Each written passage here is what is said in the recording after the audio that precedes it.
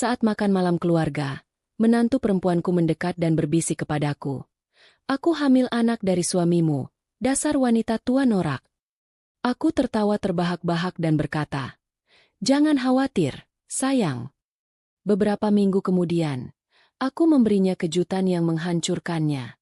Sebelum mulai jangan lupa untuk menekan tombol like dan subscribe. Ikuti ceritaku sampai akhir dan komen dari mana kota tempat sahabat menonton agar aku bisa tahu sejauh mana ceritaku telah sampai. Aku ingat betul aroma daging panggang yang memenuhi ruang makan malam itu. Lampu gantung kristal berkilau seperti biasa, memantulkan cahaya ke gelas-gelas anggur yang belum disentuh. Seluruh keluarga besar berkumpul, mengenakan pakaian terbaik mereka. Suamiku, Sakendra, duduk di sebelahku, memotong steaknya dengan tenang. Putraku, Devano, terlihat kelelahan, sementara istrinya, Leora, terus tersenyum seolah menyimpan kemenangan besar. Aku memperhatikan gelagatnya sejak awal. Terlalu wangi, terlalu manis, terlalu teatrikal. Tapi aku diam. Hingga tiba saatnya dessert datang, dan Leora tiba-tiba berdiri dari kursinya. Aku punya pengumuman, katanya sambil menyentuh perutnya dengan dramatis. Semua mata mengarah padanya. Ia menatap Devano, lalu padaku. Aku hamil, ucapnya manja. Semua bersorak pelan. Devano tersenyum lega dan menggenggam tangannya. Tapi saat Leora berjalan ke arahku dan membungkuk seolah hendak memelukku, ia malah mendekatkan bibirnya ke telingaku dan berbisik. Anak ini bukan dari Devano, tapi dari suamimu, dasar wanita tua norak. Dunia seperti membeku sesaat. Jantungku berdegup pelan. Sepelan bisikannya yang menghantamku seperti pisau. Tapi yang kulakukan hanyalah menatapnya. Lalu aku tertawa. Terbahak. Semua orang menoleh ke arah kami. Kenapa tertawa, Ma?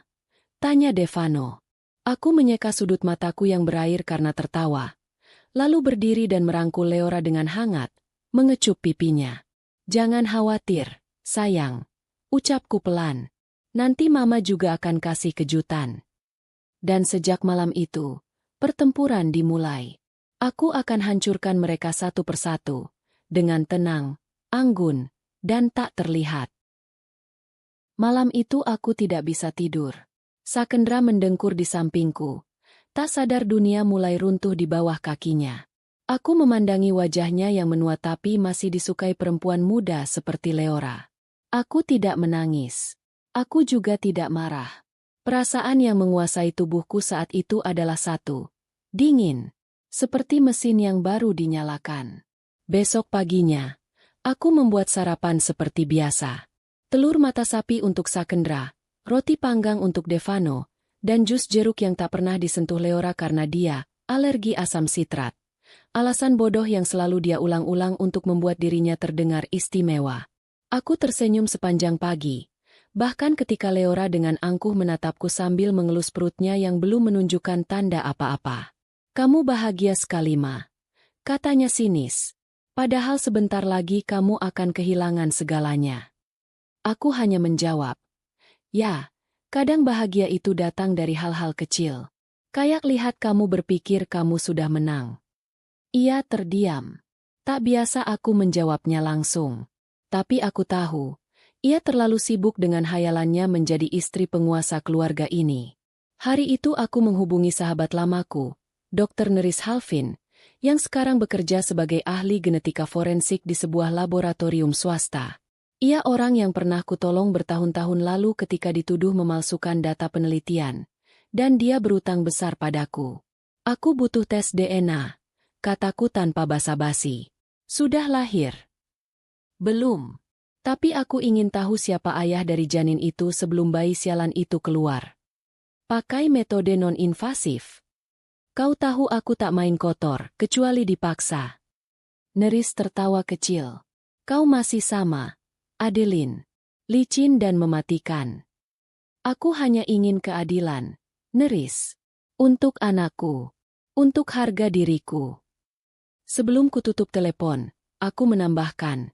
Dan Neris, aku akan kirimkan sampel DNA dua pria. Yang satu pasti Sakendra. Yang satu lagi, aku belum tahu. Tapi aku curiga. Aku tahu Leora tak hanya tidur dengan Sakendra. Dia lebih ambisius dari itu. Dan orang seambisi dia, tak akan bertaruh hanya dengan satu kartu. Aku akan cari tahu siapa pria satunya. Dan saat semua data lengkap, mereka akan tahu betapa mematikan tawa seorang wanita yang dikhianati. Semuanya mulai masuk akal sekarang. Kilas balik yang selama ini kusepelekan, ternyata adalah potongan puzzle yang membentuk pengkhianatan mereka. Aku ingat 3 bulan lalu, Leora tiba-tiba membelikan Sakendra jam tangan mahal untuk ulang tahunnya. Bukan Devano yang memilihkan. Padahal biasanya Devano selalu jadi inisiator soal kado. Leora bahkan bilang, "Aku pilih sendiri, soalnya selera pria seusia Papa Sakendra itu beda." Saat itu aku hanya mengangkat alis. Tapi kini, kalimat itu memuakan. Dan 2 minggu setelah pesta ulang tahun itu, Sakendra mulai sering pulang larut malam. Alasan klasik, rapat dadakan, urusan properti, investor baru. Aku tidak menuntut penjelasan. Aku hanya mencatat. Pernah suatu malam aku terbangun karena suara derit pintu belakang. Kulihat Sakendra keluar lewat pintu taman, tanpa menyalakan lampu. Aku mengikutinya pelan, tanpa suara.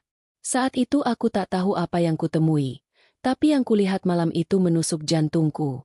Dia berbicara dengan Leora, di gazebo taman. Terlalu dekat, terlalu intim. Leora tertawa, menyentuh pipinya. Sakendra mengelus perutnya, perut yang belum tampak hamil. Aku tak bisa mendengar semua kalimatnya. Tapi aku ingat satu. Kita harus pelan-pelan. Jangan sampai Adeline curiga. Aku mundur dari balik semak.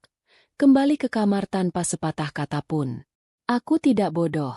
Aku hanya menunggu waktu yang tepat. Dan waktu itu datang lebih cepat dari yang kupikirkan. Pagi ini, aku menerima pesan anonim melalui nomor tak dikenal. Hanya satu kalimat. Tapi cukup untuk membuatku tercekat. Leora tidak hanya meniduri suamimu. Dia juga meniduri orang yang membantumu membuat surat warisan keluarga. Gilang Baskara, pengacara keluarga kami. Orang kepercayaan Sakendra.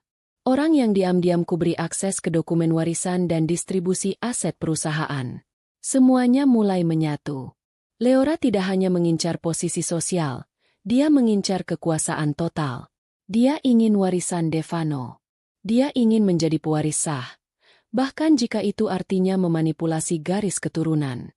Aku menatap wajahku di cermin.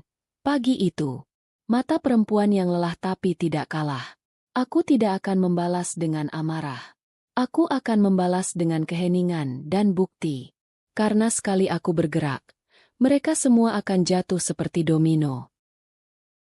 Aku tahu satu hal pasti, perang ini tidak bisa dimenangkan sendirian.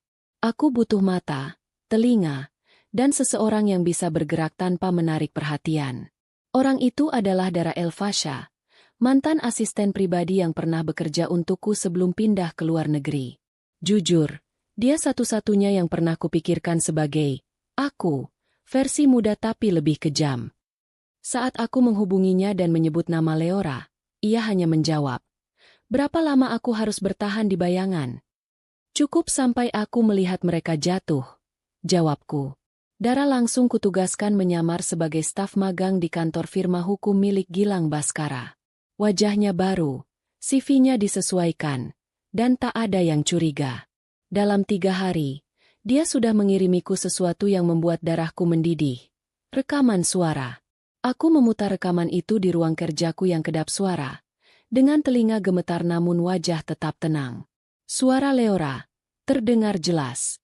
"Kau janji akan lindungi aku kalau semuanya terbongkar, kan?" "Tentu. Asal anak itu bukan benar-benar dari Sakendra. Kalau DNA-nya cocok denganku, semua warisan bisa disusun ulang. Devano nggak punya kekuatan hukum. Makanya aku hamil. Dengan caraku sendiri.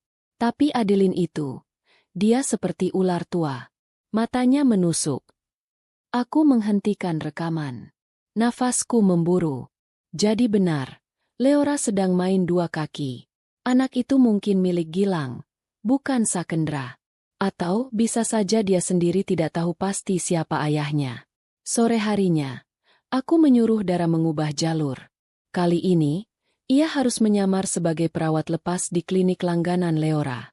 Klinik kecil nan mewah, tempat para sosialita melakukan vitamin infus dan konsultasi kandungan tanpa ingin dilihat publik.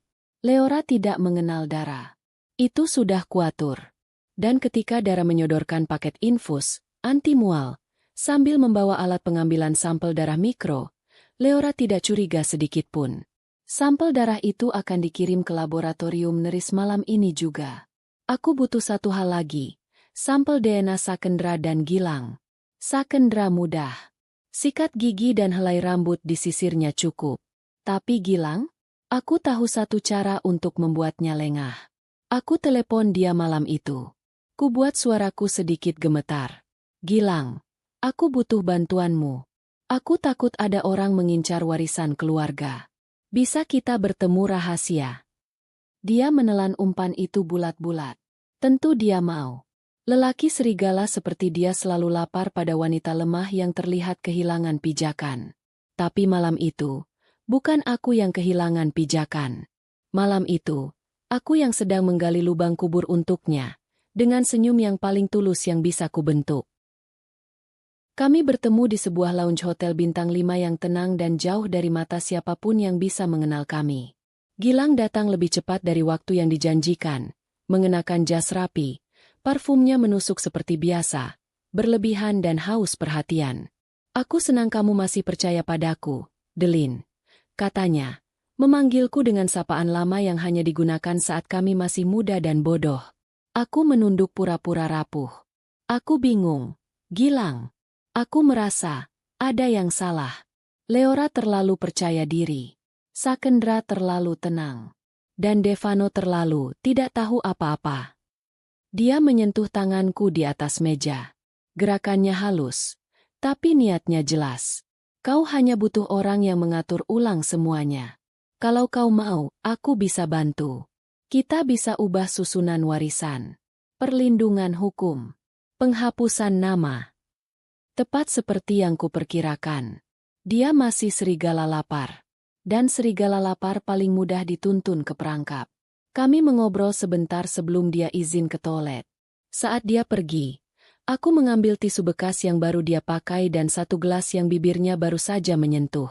Keduanya aku masukkan ke plastik klip kecil yang sudah kusiapkan di dalam tas. Tak ada yang lebih anggun dari pencurian kecil di antara tawa dan kopi mahal. 2 jam kemudian, aku duduk di ruang belakang laboratorium milik Neris. Ruangan putih, dingin, dengan alat-alat canggih yang membuatku merasa seperti detektif kriminal. Dia mengambil sampel dari Leora, Sakendra, dan Gilang, meletakkannya berdampingan di meja logam. Aku akan periksa kecocokan DNA janin dengan 2 sampel pria ini. Biasanya hasil bisa keluar dalam 7 hari, katanya. Kalau hasilnya mengarah ke Gilang, tanyaku. Neris menatapku. Kau menang. Dengan cara paling bersih. Aku mengangguk, tapi aku belum merasa menang. Belum. Aku tahu Leora tidak akan diam. Perempuan seperti dia, begitu merasa terpojok, akan mencakar balik tanpa pikir panjang. Dan benar saja. Keesokan paginya, Leora masuk ruang sarapan dengan gaun putih tipis dan ekspresi penuh kemenangan. Semalam aku mimpi anakku akan jadi pewaris tunggal perusahaan ini, katanya dengan suara keras. Membuat Devano dan Sakendra menoleh. Aku pura-pura sibuk memotong buah. Dan dalam mimpi itu, kamu sedang berdiri di luar pagar. Dingin. Sendirian. Aku menatapnya perlahan. Mimpi itu menarik. Leora. Tapi mimpi yang terlalu manis seringkali menutupi mimpi buruk yang akan datang. Dia tertawa. Sinis. Aku tersenyum. Dingin. Di dalam benakku. Aku tahu satu hal pasti. Sebentar lagi, mimpinya akan berubah menjadi kabar kematian seluruh ambisinya. Sakendra mulai gelisah. Dia tidak mengatakannya secara langsung, tapi aku mengenal tubuhnya lebih baik daripada siapapun. Gerakannya tak lagi mantap. Matanya sering melirik jam. Percakapannya dengan Devano terdengar kaku. Ia tahu ada sesuatu yang bergeser. Ia hanya belum tahu dari arah mana badai akan datang. Malam itu, Aku menyiapkan makan malam pribadi hanya untuk kami berdua. Hidangan favoritnya, lengkap dengan wain tua yang kami simpan untuk perayaan besar. Ia datang ke meja dengan senyum yang dibuat-buat. Ada acara khusus? Tanyanya curiga. Aku menggeleng. Hanya ingin mengenang masa lalu. Dulu kamu suka tatap aku lama saat makan malam begini. Senyumnya menipis. Ia tahu aku sedang menyindir. Kami makan dalam diam beberapa saat. Lalu aku meletakkan garpu perlahan. Kamu bahagia, Ken? Dia menatapku. Tentu. Apa kamu bahagia dengan semuanya? Dengan keluarga ini? Dengan anak kita? Dengan menantu kita? Sekilas, ia tampak bingung, tapi cepat menguasai diri. Ada yang ingin kamu bicarakan. Aku menatapnya lama. Aku cuma ingin tahu apakah kamu merasa bersalah. Atas apa? Aku menyandarkan tubuh ke kursi, menatapnya datar. Atas mengkhianati anakmu dan istrimu. Tangannya menegang di atas meja. Matanya memicing. Adeline, jangan asal bicara. Kenapa? Kamu takut aku tahu? Atau kamu takut aku tahu terlalu banyak? Hening. Wine di gelasnya masih setengah penuh. Tapi dia tidak menyentuhnya lagi. Aku tidak bodoh. Ken, aku tahu lebih banyak daripada yang kamu kira. Tapi aku belum selesai mengumpulkan semuanya. Jadi untuk saat ini, aku hanya ingin tahu satu hal. Apakah kamu mencintai Leora? Atau kamu hanya jatuh pada godaanmu sendiri? Dia tidak menjawab. Ia hanya menunduk, pura-pura memeriksa ponselnya. Kalau kamu pikir Leora bisa menyelamatkanmu, kamu salah besar, kataku pelan. Dia lebih setia pada ambisinya daripada pada siapapun. Sakendra akhirnya berdiri. Aku akan tidur di ruang kerja malam ini. Bagus, jawabku. Karena kalau kau tidur di sampingku malam ini, aku mungkin akan memimpikan hal-hal yang menyakitkan. Dia melangkah pergi, tak berkata apa-apa lagi. Dan malam itu, aku membuka laci tersembunyi di ruang kerjaku dan mengeluarkan salinan dokumen perusahaan, surat warisan, serta hasil rekaman dari Dara yang baru saja dikirim. Aku menyusun semuanya dalam map hitam bertuliskan Sakendra, Leora, dan kehancuran Devano. Belum satu pun dari mereka tahu bahwa pilar rumah ini sudah mulai retak. Dan saat retaknya cukup besar, aku akan dorong semuanya runtuh, dengan satu jari saja. 2 hari setelah makan malam tegang itu, aku menerima pesan singkat tanpa nama. Aku tahu kamu menyelidiki. Kalau kamu teruskan, aku akan hancurkan Devano lebih dulu. Kita lihat siapa yang lebih siap kehilangan. Leora. Dia mulai menyerang, seperti yang sudah kuduga. Tapi yang membuatku muak adalah targetnya. Devano. Anakku. Laki-laki polos yang terlalu percaya pada cinta. Terlalu naif untuk melihat bahwa istrinya sendiri sedang menggali lubang di bawah kakinya. Aku langsung menghubungi Dara. Cari semua bukti kemungkinan Leora menjebak Devano. Apapun. Uang perusahaan, kartu kredit, kebiasaan Leora memakai namanya untuk sesuatu yang ilegal. Dara tak butuh waktu lama. Sore itu, ia kirimkan rekaman CCTV dari sebuah toko perhiasan mewah di Jakarta. Di video itu, Leora membeli kalung berlian seharga ratusan juta dengan kartu kredit atas nama Devano. Tapi yang lebih gila, di sampingnya berdiri Gilang Baskara. Mereka tertawa bersama. Terlihat seperti pasangan yang sudah lama bersekongkol. Tapi Leora bukan sekadar pemboros. Dara menemukan transaksi besar atas nama Devano yang diarahkan ke rekening fiktif di luar negeri. Dan itu terjadi setelah Leora beberapa kali membawa dokumen penting untuk ditandatangani cepat oleh Devano, yang tidak pernah mengecek isinya karena dia pikir itu hanya urusan administrasi perusahaan milik keluarga. Leora sedang membangun ranjau hukum. Dan ketika ranjau itu meledak, satu-satunya korban yang akan ditampilkan ke publik adalah Devano. Malamnya, aku duduk di sisi tempat tidur Devano. Ia sedang membaca laporan keuangan. Wajahnya lelah tapi penuh niat. Lelaki ini terlalu baik untuk dunia seperti ini. Dev, kataku, kamu percaya istrimu? Dia mengerutkan dahi. Tentu. Maksud Mama. Kalau suatu hari kamu tahu dia menyembunyikan sesuatu yang bisa menghancurkanmu, kamu akan tetap bertahan di sisinya. Ia menatapku dalam diam. Kemudian berkata lirih. Aku nggak tahu Ma. Tapi aku selalu percaya.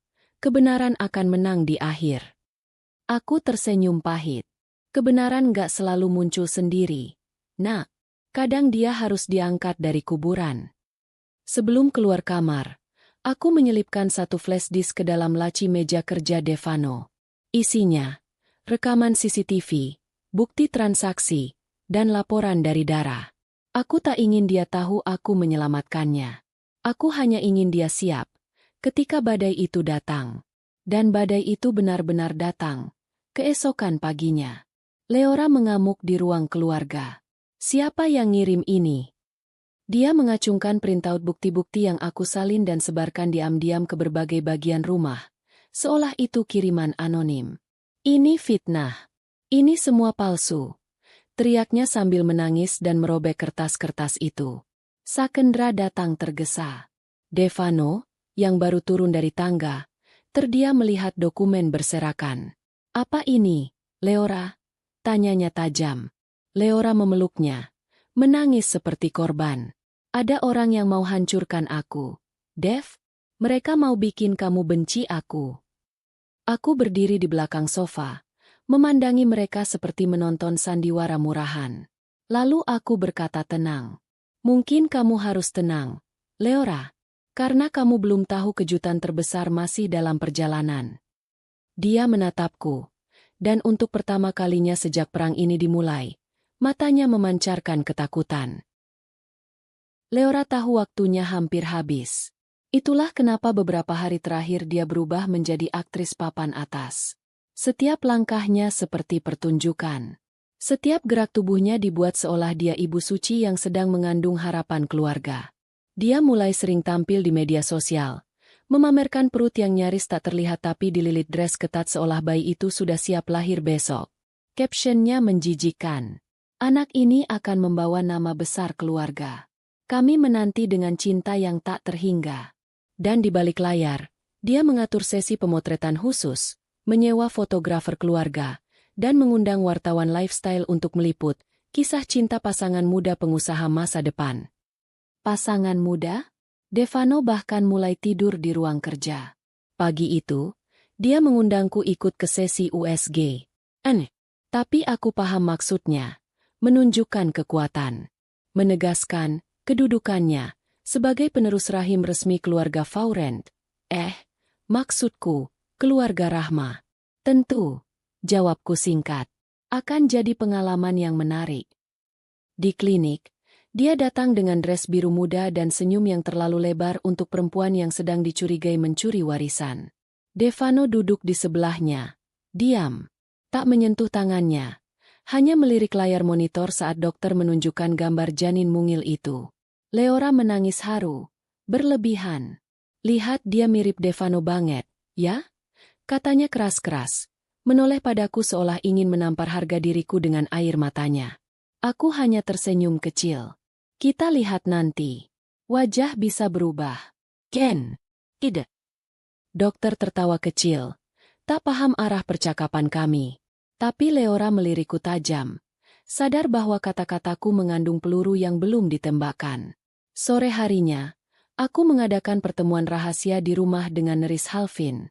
Dia menyerahkan amplop tertutup berisi hasil sementara analisis DNA janin dari darah yang dikumpulkan Dara. Bayi itu tidak punya kecocokan genetik dengan Sakendra, katanya tenang. Aku tidak kaget. Aku sudah siap. Gilang, tanyaku. Neris menghela napas. Masih diverifikasi. Tapi tanda-tandanya kuat. Aku memegang amplop itu sejenak, lalu meletakkannya ke dalam kotak besi kecil di balik lemari perpustakaan. Aku akan buka ini nanti. Di saat paling tepat. Neris mengangguk. Delin, kamu bisa menghancurkan hidup 3 orang sekaligus dengan ini. Bukan menghancurkan, koreksiku. Aku hanya memperlihatkan wajah mereka yang sebenarnya. Malam itu, Leora kembali pamer di meja makan. Kali ini dia membawa bingkisan, kado kecil untukku. Karena mama calon nenek, katanya, menyodorkan boks berisi parfum dan kain bayi mungil warna emas. Aku tahu mama pasti akan jadi nenek terbaik. Aku menatapnya, lalu membuka kado itu perlahan. Mengendus parfumnya. Harumnya kuat sekali. Iya dong, parfum mahal. Aku meletakkannya di meja. Sayang, wanginya tidak bisa menutupi bau busuk niatmu. Suasana mendadak hening. Devano menoleh. Sakendra pura-pura sibuk dengan garpu. Leora tertawa. Mama masih belum bisa menerima kenyataan, ya? Aku bangkit berdiri, merapikan piring. Kenyataan itu kadang butuh bukti. Dan bukti, sayang sedang menuju meja makan kita. Bersiaplah. Wajah Leora menegang sesaat. Untuk pertama kalinya, senyumnya terlihat seperti topeng yang retak. 3 hari setelah sesi USG penuh drama itu, Leora tiba-tiba mengetuk pintu ruang kerjaku dengan ekspresi yang nyaris menyentuh ranah, rendah hati. Ma boleh bicara sebentar? Aku mengangkat alis, tapi tidak menolak. Dia masuk dengan gaun putih longgar, rambut diikat setengah, dan wajah polos yang terasa dibuat-buat. Dia duduk di seberangku. Hening sebentar. Lalu, dia bicara seperti sedang bermain peran. Aku sadar, mungkin aku selama ini terlalu agresif. Dan mungkin mama salah paham juga sama aku. Tapi aku nggak mau rumah ini pecah. Apalagi saat aku lagi hamil anak dari dari darah keluarga ini. Aku menatap matanya. Darah keluarga ini? Kau yakin? Dia tersenyum. Senyum yang sudah kehilangan taringnya. Aku nggak mau ribut, Ma. Aku cuma ingin kita bisa berdamai. Demi anak ini. Demi Devano. Demi Devano. Aku mengulang. Kau tahu dia mulai cek laporan keuangan perusahaan? Mulai sadar ada transaksi gelap atas namanya? Kau pikir dia bodoh? Wajahnya menegang sesaat. Tapi dia cepat mengubahnya jadi tampilan manis. Itu semua hanya miskomunikasi. Aku bisa bantu jelasin ke dia. Aku menyandarkan tubuh ke kursi. Menatapnya lama. Jadi, kau datang untuk menawarkan damai? Atau, untuk mengulur waktu sebelum semuanya terbongkar? Dia menegakkan punggung. Suaranya berubah pelan, tapi tajam. Kita berdua perempuan, Ma. Kita tahu permainan ini. Kalau Mama buka semuanya, keluarga ini bisa pecah. Sakendra akan hancur. Devano bisa terjerat hukum. Media bisa habis-habisan. Lalu maksudmu? Kita bisa atur semuanya diam-diam. Aku tetap di sini. Anak ini lahir, diberi nama keluarga. Dan Mama tetap jadi pemimpin rumah ini. Tanpa keributan. Tanpa aib ke publik. Aku tertawa. Pelan. Ejem. Kau pikir aku ingin menyelamatkan nama keluarga? Sayang, aku ingin membersihkannya. Dia terdiam. Aku melanjutkan. Tenang. Tapi seperti silet yang diseret perlahan ke kulitnya. Kau mau damai karena kau tahu waktumu hampir habis. Dan kau tahu, satu amplop kecil bisa menghapus seluruh masa depanmu. Amplop? Tanyanya cepat. Aku berdiri, berjalan ke rak buku, menarik satu buku tua dan membuka bagian dalamnya. Menarik amplop krem yang kuselipkan di baliknya. Aku memainkannya di tangan. Di dalam sini ada hasil DNA. Aku belum buka. Belum perlu. Tapi aku tahu isinya akan membunuh semua harapan yang sedang kau bangun dengan gaun putih dan senyum palsumu. Wajah Leora memucat. Dan tahukah kamu apa bagian terbaik dari semua ini, Leora? Dia tidak menjawab. Aku belum akan membukanya. Aku akan tunggu. Sampai kau sendiri yang menggali lubangmu paling dalam. Baru aku akan jatuhkan bukti ini seperti tanah terakhir di atas kuburan ambisimu. Dia berdiri, tanpa kata. Wajahnya tegang, napasnya berat. Lalu keluar dari ruanganku seperti tikus yang baru sadar rumahnya sedang terbakar. Setelah dia pergi, aku duduk kembali, menatap amplop di tanganku. Satu langkah lagi, bisikku. Lalu aku hancurkan semuanya. 2 hari setelah Leora menawarkan perdamaian, Dara mengirim pesan singkat. Dia mulai panik. Gilang juga gelisah. Mereka pasti akan bergerak. Siap. Aku membalas. Lebih dari siap. Waktunya mempercepat permainan. Malam itu, aku mengatur pertemuan tertutup. Bukan di rumah, bukan di kantor, tapi di villa kecil milik keluarga yang sudah lama tak dikunjungi. Hanya aku, Neris Halfin, dan Dara. Tujuannya satu, mengatur skenario yang akan menyeret Leora masuk ke perangkap terakhir. Aku butuh validasi DNA tahap 2, kataku pada Neris. 1 dari rambut janin lewat darah ibu. 2, dari jaringan air ketuban. Kita bisa dapatkan itu tanpa operasi. Neris mengangguk pelan. Bisa. Dengan teknik amniosentesis ringan. Tapi, kita butuh persetujuan pasien. Aku menatap Dara. Buat dia setuju. Tapi jangan atas namaku. Dara tersenyum. Aku sudah siapkan segalanya. Undangan dari klinik premium khusus ibu hamil dengan risiko tinggi. Brosur sudah dikirim. Leora pasti datang. Dan benar saja, 2 hari kemudian, Leora menerima undangan eksklusif dari klinik ibu anak yang katanya sedang riset genetik untuk menjaga kelangsungan bayi unggul. Iming-iming, pemeriksaan gratis, voucher perawatan pasca melahirkan, dan dokumentasi khusus untuk majalah parenting. Bagi Leora, yang sedang haus pengakuan publik, itu seperti umpan berlapis madu.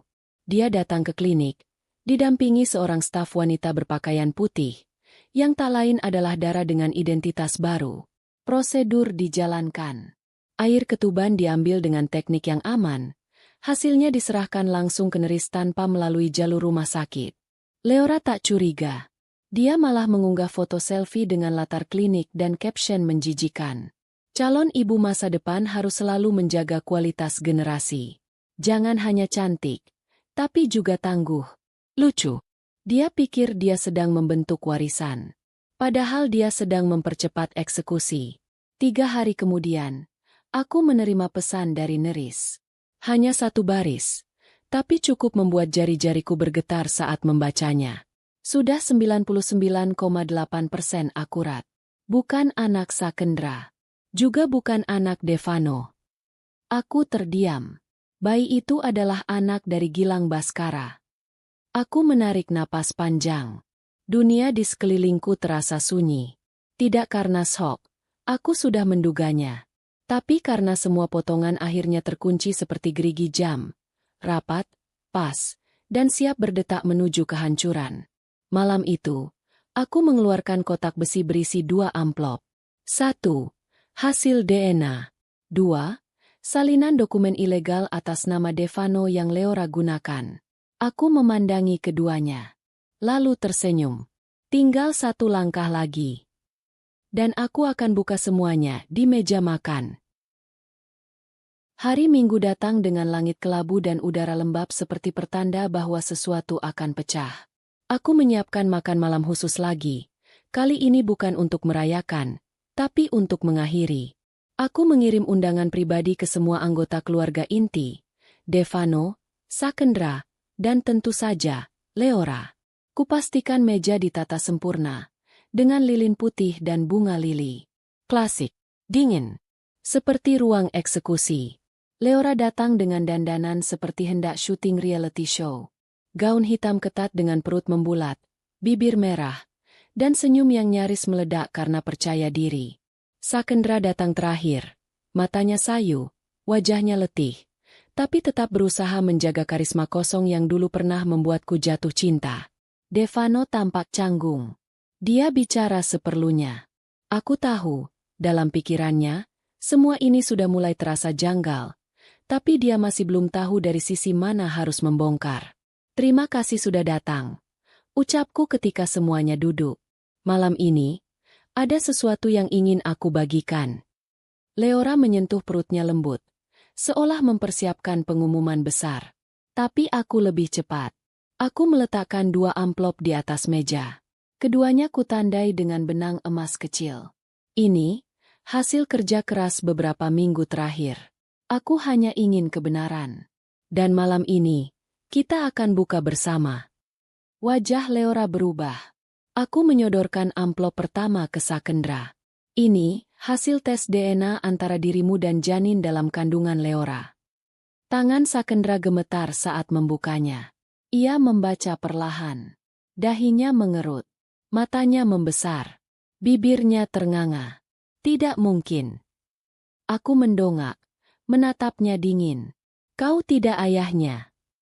Leora berdiri mendadak. Itu bohong. Kamu manipulasi datanya. Aku bahkan belum selesai, potongku. Aku menyodorkan amplop kedua ke Devano. Ini lebih buruk. Devano ragu membukanya. Tapi akhirnya dia lakukan. Dan dalam hitungan detik, ekspresinya berubah total. Rekening gelap, tanda tanganku. Ini dokumen pinjaman luar negeri. Leora, ini apa? Leora panik. Itu semua bohong. Aku dimanfaatkan. Aku. Dan yang paling menarik, kataku, berdiri pelan. Hasil DNA menyebutkan bahwa janin dalam kandunganmu adalah anak dari Gilang Baskara. Suasana berubah seperti petir menyambar ruang makan. Sakendra mendadak berdiri, membalik kursinya. Kau tidur dengan Gilang juga. Aku tidak ada pilihan, teriak Leora. Kalian semua menggunakanku. Aku cuma apa? Aku menatapnya tajam. Cuma parasit yang merusak satu keluarga? Cuma penipu yang mengorbankan anakku sendiri demi warisan yang bahkan belum milikmu. Dia terisak, berdiri goyah. Kalian semua monster. Aku berjalan ke lemari samping, membuka laci dan mengambil flash disk kecil. Ini salinan semua rekaman, bukti transaksi, laporan medis. Sudah kubagikan ke pengacara dan notaris. Sekarang, kamu bisa pergi. Dengan atau tanpa kehormatan. Tapi jangan pernah menyentuh anakku lagi. Devano, meski wajahnya hancur, berdiri dan menatap Leora dengan tatapan yang belum pernah kulihat darinya. Pergi. Leora. Mulai malam ini, kamu bukan bagian dari hidupku. Leora menjerit. Kalian pikir kalian menang. Dunia luar akan tahu. Aku akan. Silakan. Potongku. Kamu bisa bawa nama kami. Tapi kami akan bawa bukti. Dan tidak ada bukti yang lebih kuat dari darah. Dia berdiri di ambang pintu. Air matanya mengalir. Tapi tidak ada yang memanggilnya. Tidak ada yang berusaha menghentikannya. Leora keluar dalam keheningan yang lebih keras daripada teriakan manapun. Dan aku tahu, satu demi satu tembok mereka mulai runtuh. Setelah Leora pergi malam itu, rumah kami terasa hampa, tapi bukan dengan kekosongan melainkan dengan ruang untuk kelegaan. Namun aku tahu, badai belum selesai. Yang kutebas baru bayangannya. Akar racunnya masih hidup. Dan racun itu bernama Gilang Baskara. Keesokan paginya, aku menerima panggilan darinya. Suaranya tegang, terburu-buru. Adeline, kita harus bicara. 4 mata. Sekarang. Aku menyetujui, tapi bukan untuk mendengar pembelaan, melainkan untuk mengonfirmasi pengkhianatan terakhir. Kami bertemu di kantor firma hukumnya.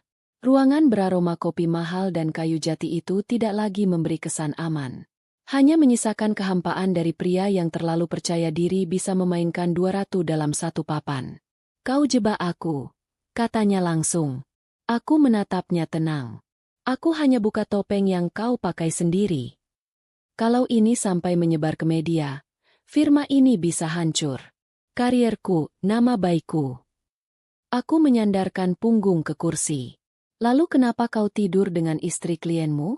Dengan menantu sah dari keluarga yang mempercayakan warisannya padamu? Kenapa kau tanda tangani dokumen fiktif dengan nama Devano? Kau pikir kau kebal hukum hanya karena memakai bahasa hukum? Dia menunduk. Wajahnya merah. Tapi tak meminta maaf. Gilang tidak tahu arti penyesalan. Hanya tahu kalkulasi. Aku bisa bantu meredam ini. Asalkan kamu tak teruskan ke pengadilan, katanya akhirnya. Aku tertawa pelan. Meredam? Gilang, Aku sudah pastikan salinan semua bukti masuk ke tangan notaris independen dan penyidik pribadi. Bukan hanya itu, aku juga tahu kau dan Leora bukan hanya tidur bersama. Kalian bekerja sama untuk mengkudeta bisnis keluarga kami. Matanya membelalak. Aku mengeluarkan satu amplop terakhir dan menyeretnya ke meja. Ini kontrak merger ilegal yang hampir kau loloskan 2 bulan lalu dengan perusahaan bayangan milikmu sendiri. Nama perusahaannya? GNB Holding. G dari Gilang. B dari Sundia.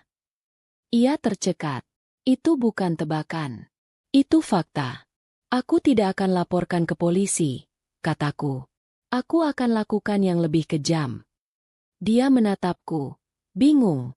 Aku akan sebarkan aibmu ke seluruh jaringan bisnis kelas atas. Ke investor yang pernah kau tipu dengan formalitas. Aku akan pastikan namamu dikucilkan dari industri. Tidak ditangkap, tapi dilupakan. Perlahan. Menyakitkan. Gilang membuka mulut. Ingin bicara. Tapi aku berdiri lebih dulu. Dan satu hal terakhir. Kataku sambil berjalan ke pintu. Jika satu kata tentang Devano atau keluarga kami keluar dari mulutmu, bahkan napas terakhirmu akan kubuat terasa seperti siksaan. Aku menatapnya untuk terakhir kalinya. Mata pria yang tahu, permainannya sudah tamat. Aku meninggalkan ruangan itu dengan langkah tenang. Di luar, hujan turun deras. Tapi hatiku tenang. 2 pengkhianat telah kehilangan senjata mereka. Yang tersisa, hanya keheningan sebelum keadilan dipajang di meja makan terakhir. Aku memutuskan semuanya harus diakhiri di tempat yang sama seperti awal mula luka itu lahir. Meja makan keluarga. Tempat di mana Leora dulu membisikkan racunnya ke telingaku. Dengan senyum setajam belati. Kali ini, aku yang akan berbisik, tapi bukan dalam sembunyi, melainkan di hadapan semua orang. Aku mengatur perjamuan keluarga terakhir. Bukan hanya kami bertiga, aku, Sakendra, dan Devano, tapi juga 2 adik Sakendra, para direktur perusahaan keluarga, dan 2 notaris terpercaya. Semua hadir dengan undangan resmi dan alasan yang diplomatis. Penyusunan ulang struktur warisan keluarga Rahma. Sakendra tampak gelisah sejak duduk. Dia tahu ini bukan sekadar acara legal. Devano menunduk, matanya sayu, tapi ada keberanian yang mulai tumbuh di wajahnya. Aku berdiri di ujung meja, menatap satu persatu wajah yang dulu kulindungi, dan kini harus kusadarkan. Terima kasih telah datang, kataku. Malam ini bukan tentang harta, bukan juga tentang jabatan, tapi tentang sesuatu yang lebih penting, kebenaran. Aku meletakkan tumpukan dokumen di tengah meja, lalu menyalakan layar proyektor kecil yang sudah kuatur sejak siang. Yang pertama muncul adalah rekaman suara Leora dan Gilang, yang diambil Dara, saat mereka membahas manipulasi surat warisan. Kalau aku berhasil hamil anakmu, dan Sakendra mengakuinya, kita bisa ubah seluruh struktur pewarisan. Devano nggak akan punya hak. Adeline tua itu, dia nggak tahu apa-apa. Beberapa orang di meja terkejut. Sakendra menunduk dalam-dalam. Devano mengepalkan tangan. Berikutnya, hasil tes DNA resmi, lengkap dengan tanda tangan Riz Halfin dan institusi medis yang terpercaya. Tayangan itu berhenti di satu kalimat jelas. Tidak ada hubungan biologis antara janin yang dikandung Leora Sondia dengan Sakendra Rahma maupun Devano Rahma. Aku menatap semua orang, lalu bicara pelan. Leora mengandung anak dari Gilang Baskara. Bersama-sama, mereka memalsukan dokumen legal, menyalin tanda tangan Devano, dan merencanakan pengambil alihan perusahaan ini. Bukan untuk keluarga, tapi untuk mereka sendiri. Wajah-wajah di meja makan itu pucat. Terkejut. Sakendra membuka mulut, ingin membela diri. Aku tidak tahu soal Gilang. Aku pikir hanya aku saja. Aku menatapnya tajam. Kau pikir hanya selingkuhmu yang bisa kuampuni?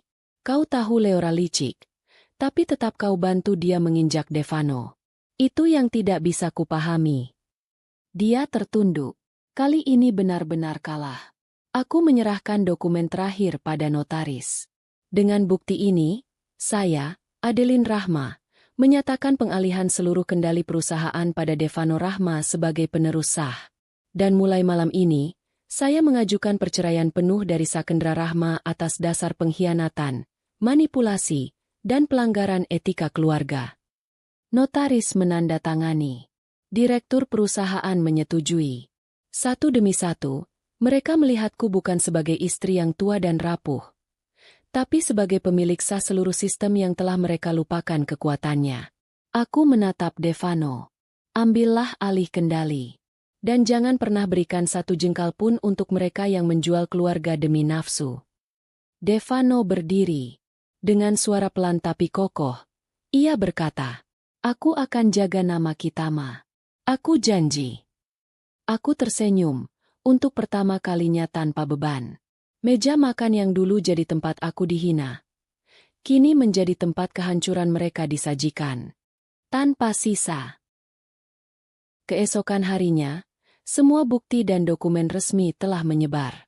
Bukan hanya di ruang hukum dan perusahaan, tapi juga ke jaringan sosialita, forum pengusaha, bahkan grup-grup komunitas bisnis yang selama ini hanya menganggap kami keluarga ideal. Reputasi Leora hancur dalam hitungan jam. Berita tentang istri muda yang mengandung anak dari pengacara suami sendiri demi warisan menyebar liar seperti api di padang ilalang. Tapi ini bukan fitnah. Semua berita disertai bukti. Semua kutata. Semua kujaga keasliannya. Leora Sondia menjadi kutukan dalam satu malam. Ia mencoba bertahan. Mengunggah video menangis, menyebut dirinya korban, menyalahkan sistem patriarki keluarga kaya yang menindas perempuan. Tapi netizen tak sebodoh yang ia kira. Karir influencernya menguap. Sponsorship dihentikan. Rekeningnya dibekukan atas laporan dugaan penggelapan dan pencucian uang. Dia kehilangan kontrak apartemen, kartu akses klub sosial, dan yang paling parah, semua orang mulai menyebut anak dalam kandungannya sebagai anak haram Gilang. Sementara itu, Gilang Baskara lenyap. Kantornya tutup. Pegawainya kabur. Salah satu direktur firma hukum itu menghubungiku langsung, meminta klarifikasi dan tawaran damai untuk menyelamatkan sisa reputasi institusi. Aku jawab dengan satu kalimat. Silakan ganti nama firma Anda. Karena semua yang melekat pada nama Baskara akan kubakar. Dan Sakendra? Dia tetap tinggal di rumah selama 3 hari setelah makan malam itu. Seperti hantu yang tidak tahu harus pergi kemana. Tapi aku tidak bicara sepatah kata pun padanya. Aku tidak membentak, tidak mengusir. Aku hanya tidak melihatnya. Itu menyakitkan lebih dari apapun. Pada hari ketiga, ia mendatangiku di taman belakang. Duduk di bangku yang dulu sering kami gunakan saat sore-sore membaca koran dan minum teh. Aku tidak minta dimaafkan, katanya. Bagus, jawabku. Aku hanya kehilangan arah. Seharusnya kau pikirkan itu saat mulai menyentuh perempuan yang bisa jadi anakmu sendiri. Dia terdiam lama. Lalu akhirnya berkata, "Aku akan pergi." Aku menoleh pelan. "Pastikan kamu tidak kembali." Dan ia pergi. Tanpa koper. Tanpa salam. Hanya bayangan punggung lelaki yang dulu kupilih, dan kini kubuang seperti debu yang mengotori nama keluarga. Saat pintu gerbang tertutup di belakangnya, aku berdiri di tengah rumah yang sepi.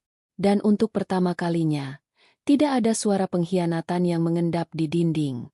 Tidak ada Leora dengan ejekan manisnya. Tidak ada Gilang dengan senyum palsunya. Tidak ada Sakendra dengan kata-kata lunaknya yang menyembunyikan luka.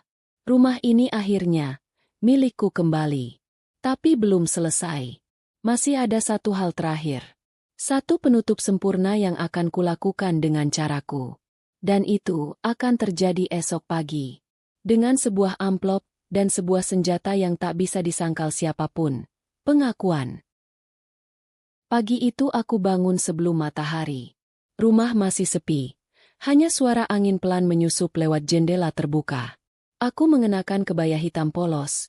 Rambut disanggul rapi, dan meraih satu benda terakhir dari lemari besiku, amplop putih dengan segel merah.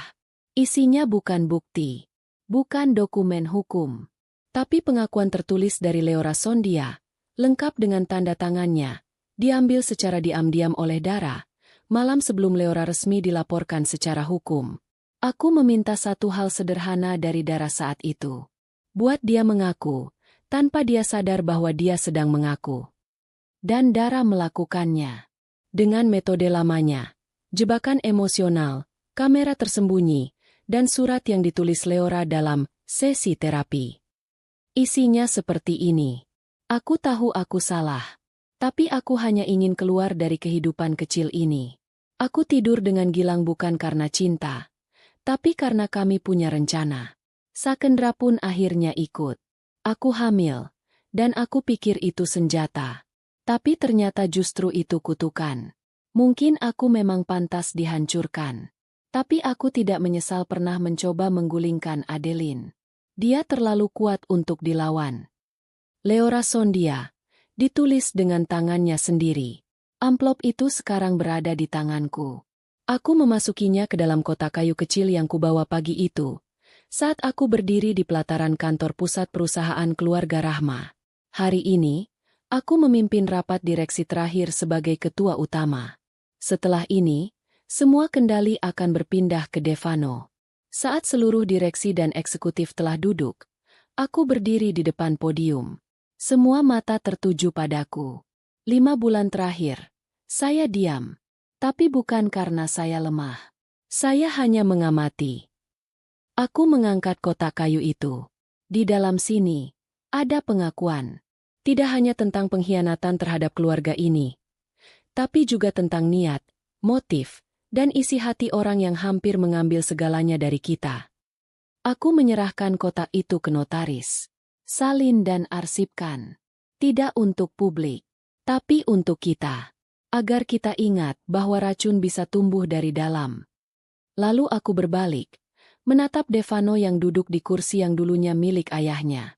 Sekarang, semua ini milikmu. Tapi ingat, Dev, kuasa bukan untuk disimpan.